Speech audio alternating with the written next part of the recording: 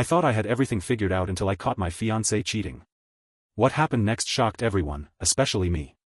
I had been with Carter for 6 years, and we were supposed to be getting married in just 4 months. The life we'd built together seemed perfect, or so I thought. We had our townhouse, our group of friends, and even a joint checking account set up for the wedding expenses. I worked as a marketing manager downtown, while Carter was a personal trainer at a high-end gym. We had a routine: we'd meet for lunch, go to the gym together, and talk about the future. It was all supposed to be the start of a happy ever after. My mom adored Carter. He was the kind of guy you'd bring home to meet your parents. He had this calm, reassuring presence, and she always said how lucky I was to have found someone so stable and committed. She had already bought her mother of the bride dress months ago and would send me wedding planning articles every day. Life was supposed to be a dream. But none of that prepared me for the moment I walked into our shared home, early from a meeting, and found Carter in bed with Sarah, my coworker, the woman who had helped me pick out my wedding dress just weeks before. They were so wrapped up in each other that they didn't even hear me come in until I was standing in the doorway. Carter tried to cover himself, and Sarah, mortified, ran to the bathroom to hide. And then I laughed. Not a nervous giggle or a soft chuckle. No, it was a deep, full-belly laugh, the kind you can't control. Carter stood there, naked and bewildered, asking if I was okay. But I couldn't stop. My laughter filled the room, echoing off the walls as Sarah, half-dressed, came out of the bathroom to check on me. She asked if I was having a breakdown. That just made me laugh harder. I couldn't help it. Carter started mumbling something about how it wasn't what it looked like, and that only made me laugh more because, really, what else could it be? He then tried to say it was a mistake, which was even funnier considering Sarah's overnight bag was right there in plain sight. I couldn't help myself. I was laughing so hard that I had to sit on the floor. I couldn't breathe from the absurdity of it all. After a few more minutes of confusion on their part, they hurriedly dressed and left together. I think they thought I'd lost my mind, but to be honest, the whole situation was so ridiculous, it felt surreal. An hour later, my mom called me, having heard from Carter that I was having a breakdown and needed help. She rushed over and found me calmly packing Carter's things into boxes. As I sat there, eating takeout and explaining what happened, she just couldn't understand why I wasn't devastated. She asked if I was in shock. I told her I was perfectly fine, but she accused me of being in denial. Her words stung, but not the way I expected. I felt lighter, almost amused by how her world seemed to be crumbling because of my response. The next day at work, things were interesting. Sarah, of course, called in sick, but it didn't take long for the whole office to know what had happened. I tried not to let the whispers get to me, but everyone could tell something was off. They expected me to fall apart, to be a wreck. But I walked in as if nothing had changed, carrying donuts for everyone and acting completely normal. When people asked if I was okay, I just smiled and said, "I've never been better." Kaya, my boss, pulled me aside. Concern was written all over her face, and she asked if I was sure I was handling everything all right. I told her I was completely fine, which didn't seem to reassure her much. But I wasn't lying. In fact, I felt a sense of calm that I couldn't explain. I had been considering leaving Carter for months, but finding him in bed with Sarah had made it easier than I ever thought possible. The real twist came when Carter started texting me, asking when we could talk and fix things. He honestly thought we were still getting married.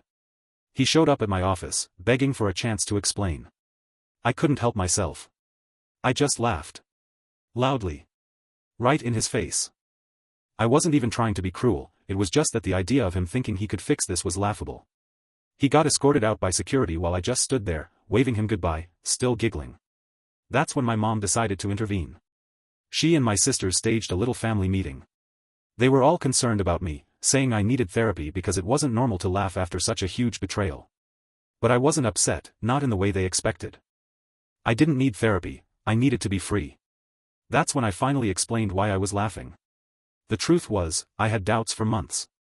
Carter had been controlling, criticizing my friends, and pressuring me to give up my career after the wedding for his influencer dreams. I opened my phone and showed my mom and sisters the joint wedding account balance. $3,000. It should have been $18,000. My finger traced the list of transactions, equipment purchases, supplement orders, camera gear. The withdrawals were constant, and the dates lined up with his business expenses. My stomach sank as I watched their faces.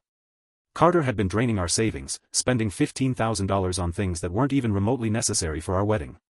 It was all for his social media hobby that barely had any followers. My mom was silent for a long moment, just staring at the screen, unable to process the full extent of what had happened. My sister, Alicia, grabbed the phone from my hands and started swiping through the bank statements. Joanne, my other sister, looked over her shoulder and gasped. I told them how Carter had convinced me that managing money together was a sign of a strong partnership. I laughed bitterly at the irony of his words as I showed them the receipt for the $4,000 camera setup he bought 2 weeks before I caught him. Alicia stood up and started pacing, frustrated that I hadn't noticed the withdrawals earlier. I didn't handle the money, Carter did, I said. He insisted on managing the wedding account so we could both be involved in every decision. I wasn't sure whether to be angry or numb. My mom started asking how this could have happened without me noticing, but honestly, Carter had been so convincing in his control. I trusted him with everything, my money, my dreams, and even my future. Alicia, furious, picked up her phone. I'm calling my lawyer friend. We need to figure out how to get this money back, she said. Joanne was already dialing the florist, explaining the situation. They'd been understanding, but the rest of the vendors weren't so sympathetic. Some were even threatening to keep the deposit. My mom, now fully processing what was happening, admitted that she'd given Carter $2,000 a month ago because he told her it was for a surprise honeymoon upgrade. She'd done it without asking me, without even checking if it was true. The weight of the situation hit me, and I found myself feeling numb, unable to process just how much had been taken from me. Carter wasn't just an ex-fiancé. He had stolen the future I thought we were building together. The following days were a blur of cancellations and awkward conversations with vendors. I had to call each one personally and explain the situation, the stolen money, the broken engagement, the lost wedding funds. It wasn't easy. Some vendors were understanding, offering partial refunds. Others, like the venue, were less sympathetic and warned me about losing the entire deposit. It felt like everything I had been planning for years was slipping through my fingers, but the more I spoke to people, the clearer it became. The financial loss didn't hurt as much as I thought it would. What truly stung was realizing just how little I meant to Carter. The worst part was seeing how he still thought he could fix things. He kept texting and calling, sending me long paragraphs about how sorry he was and how he'd been going through a rough time and made terrible decisions. He begged for another chance, promising he could change. I couldn't help but laugh again, just at the sheer audacity of it all. One night, my mom invited me over for dinner, and I reluctantly agreed. We sat in the kitchen while she stirred something in a pot, and she just stared at me like she was waiting for me to crack. She kept saying how hard everything must be for me, how she could see I was in shock, but all I felt was this overwhelming relief. I wasn't heartbroken or devastated. I had already mourned what was never going to be, and now it was just a matter of cleaning up the mess. It wasn't long before my mom admitted that she'd been too invested in the wedding, too attached to the idea of me getting married. She confessed that she'd ignored all the signs, all the things that didn't feel right. The controlling behavior, the way Carter isolated me from my friends, the way he constantly made decisions for me. She hadn't seen it. She'd just been too focused on the wedding to notice I wasn't happy. I'm sorry, she said, her voice thick with emotion. I got so caught up in the dream of what I thought your life would be that I didn't see what was really happening. I didn't see how unhappy you were. That was the moment it clicked. I realized that for so many years, I had been living my life according to someone else's idea of what it should be. My mom, Carter, everyone had their version of my story, but none of them were truly my own. I had spent years suppressing my own voice, afraid of disappointing people, afraid of letting go of a life that was never truly mine to begin with. I'm not going to pretend to be okay, I said quietly. But I will be. Eventually. We spent the rest of the evening talking, and for the first time in a long while, it felt like a real conversation. My mom wasn't just talking about the wedding. She was talking about me. About who I was, what I needed, and how she could support me now. I realized that this wasn't about fixing things with Carter. It was about finally having the space to fix things with myself. The next day, I called my work HR office. I was done letting Carter control my professional life. I was done letting him dictate my choices, even the ones that didn't seem big at the time. I walked into the office, head held high, and sat down with my boss, Kaya. I explained the situation and asked for a transfer. I couldn't work next to Megan anymore. I couldn't face her every day after what happened. Kaya was understanding and supportive, offering to move me to a different team across town. It was an instant weight off my shoulders. I think this is the right thing for you, Kaya said. I've seen a shift in you lately. You're starting to come back to life. She was right. I was starting to feel like myself again. The old me, the one who had dreams, ambition, and a voice of her own. That afternoon, I ran into Megan in the parking lot. She looked surprised to see me, but I wasn't surprised to see her anymore. She had that apologetic look on her face, like she was expecting me to break down and scream. But instead, I just nodded at her and kept walking. I wasn't angry anymore. I wasn't even sad. I was just indifferent. She had made her choices, and I had made mine. Later that night, Carter showed up at the townhouse with his parents. His mom, holding empty boxes, his dad looking uncomfortable as they stood at my doorstep. I wasn't even remotely surprised. I opened the door before they could knock, standing in the threshold and blocking their way. "We need to talk," Carter said, his voice shaky, like he had rehearsed this speech 100 times. I just handed him a folder filled with the bank statements, the ones I had prepared for this exact moment. His face went pale as he flipped through the pages. I could see the shame creeping over him. His mom kept asking, "What's wrong?" And his dad took the folder from him, looking at the highlighted transactions. Brandon had taken $15,000, and the truth was staring him in the face. I let them speak, but I wasn't interested in their explanations. His mom, looking horrified, tried to apologize for his actions, but the words felt empty. Brandon had no real excuse. The truth was too simple: he had stolen from me. He had taken from our future, from our wedding, and from the trust we were supposed to build together. His parents made promises to pay me back, but I wasn't trusting any of them anymore. Everything was going through my lawyer now. Brandon's mom, after hearing everything, wrote down the lawyer's contact information, and they promised to handle things as soon as possible. The next few days passed in a haze. I started to move on, piece by piece. I made calls to the wedding vendors, rebooked things, and began the painful process of reclaiming what was mine.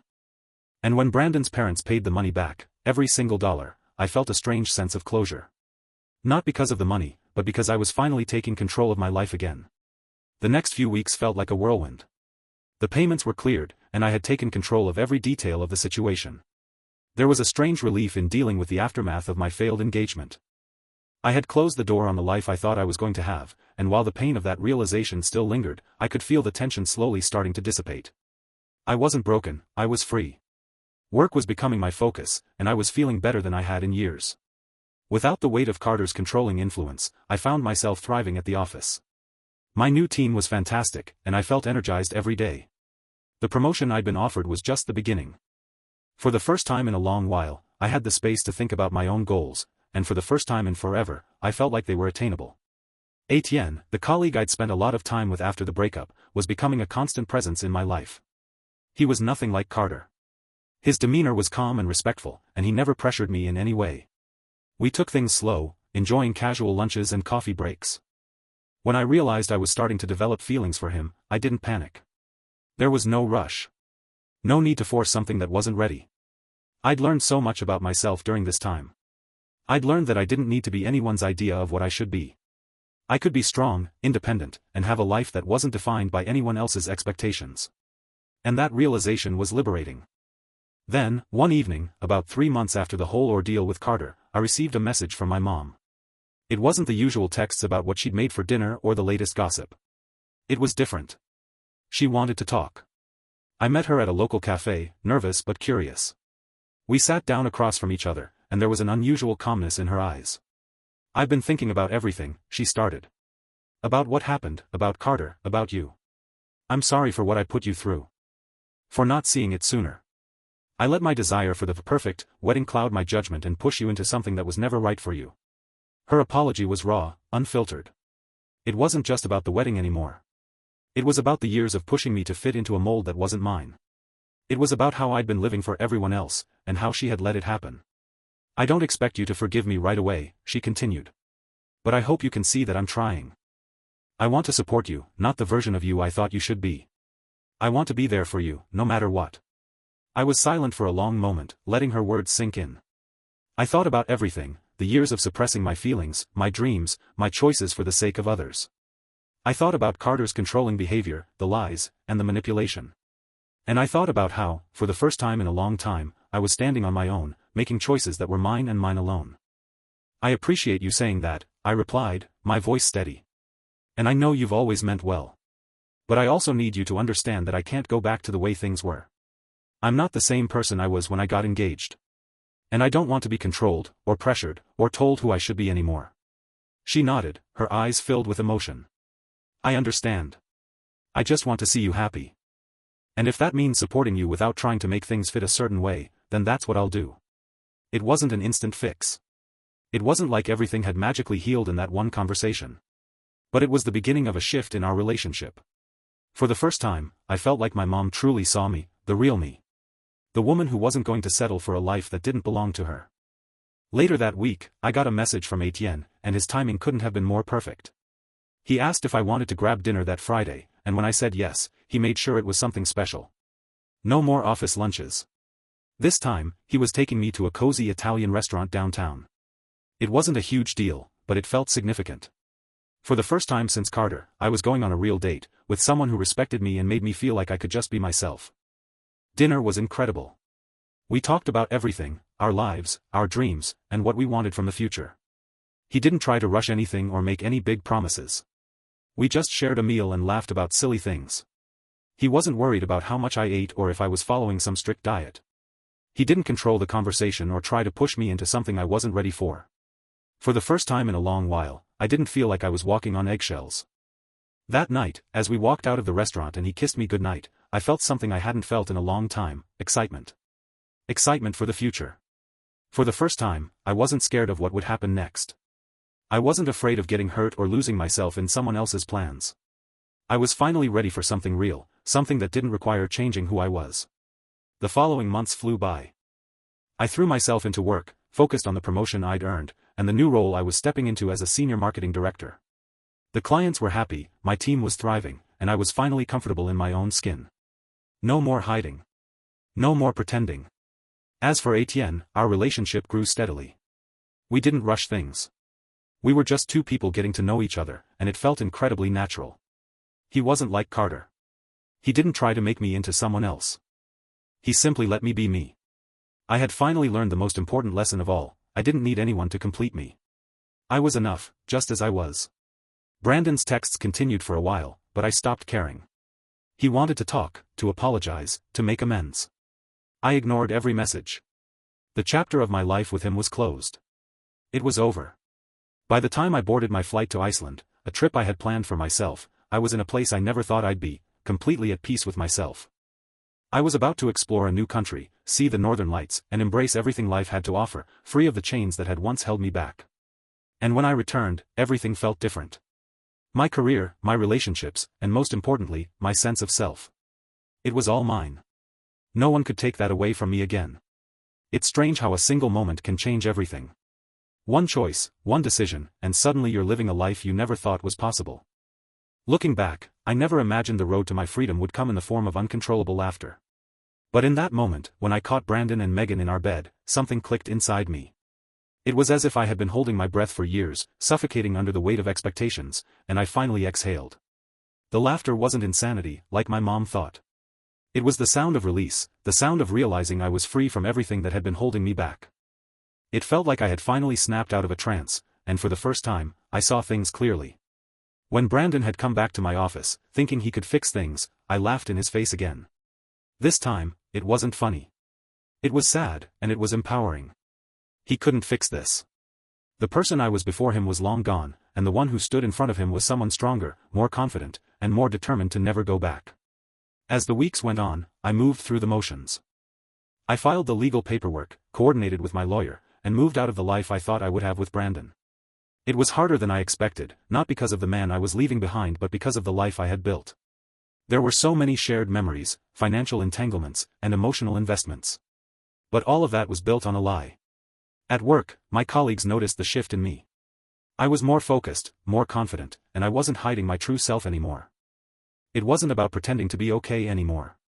It was about accepting the truth about what I wanted, what I deserved, and what I wasn't willing to settle for. Then there was Etienne.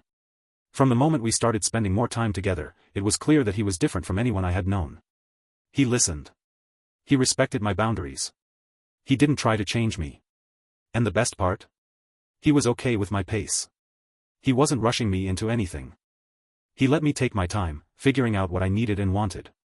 We'd spent hours talking about our futures, our dreams, and our ambitions, and what stood out the most was the fact that I felt like I could truly be myself with him. I wasn't losing myself again.